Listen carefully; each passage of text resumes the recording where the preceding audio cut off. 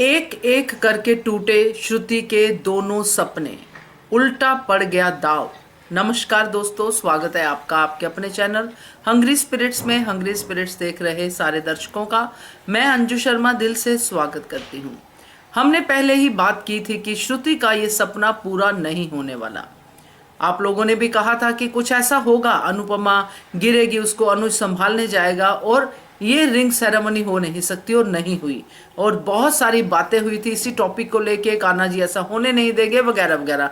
तो मोटिव जो था वो पूरा हो गया। कान्हा जी ने रिंग सेरेमनी नहीं होने दी, श्रुति का वो सपना पूरा नहीं होने दिया जो श्रुति इतने दिनों से, इनफैक्ट इतने सालों से देख रही थी। मगर साथ में एक और सपना था श्रुति का, जिसको लेके उसने जोशी बहन को वहां पे बुलाया था। तो चलिए बात करते हैं। पहले वही निवेदन, जिन्होंने अभी तक चैनल को सब्सक्राइब नहीं किया है कर लीजिए, साथ में दोस्तों बेल आइकन दबाइएगा ताकि आपको हमारे वीडियोस के नोटिफिकेशन मिलते रहें। श्रुति ने पूरी प्लानिंग के साथ ये पार्टी रखी थी, जबकि शादी करनी होती अनुज से तो चुपचाप भी कर सकती थी। क्या जरूरत थी इस टाइम पे इतने सारे फंक्शंस ऑर्गेनाइज करने की? क्या जरूरत थी इतनी भीड़ को इकट्ठा करने की? क्या जरूरत थी शाह फैमिली को बुलाने की? क्या ही जरूरत थी स्पाइस एंड चटनी को कैटरिंग करवाने की?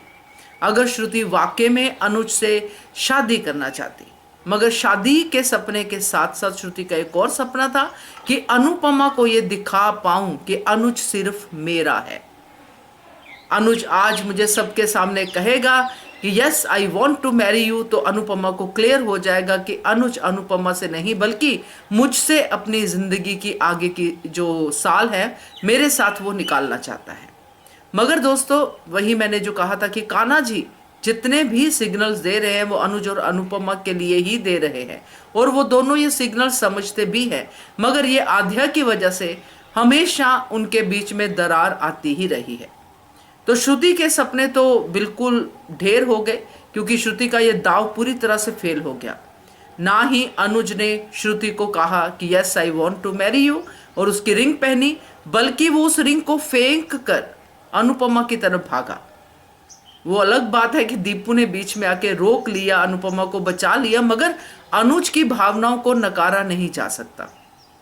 चाहे अनुज बाद में पछताए और चाहे जो भी कुछ करे, चाहे सॉरी फील करे, जैसे अनुपमा भी सॉरी फील करती है, आजकल अनुज की बारी है सॉरी फील करने की।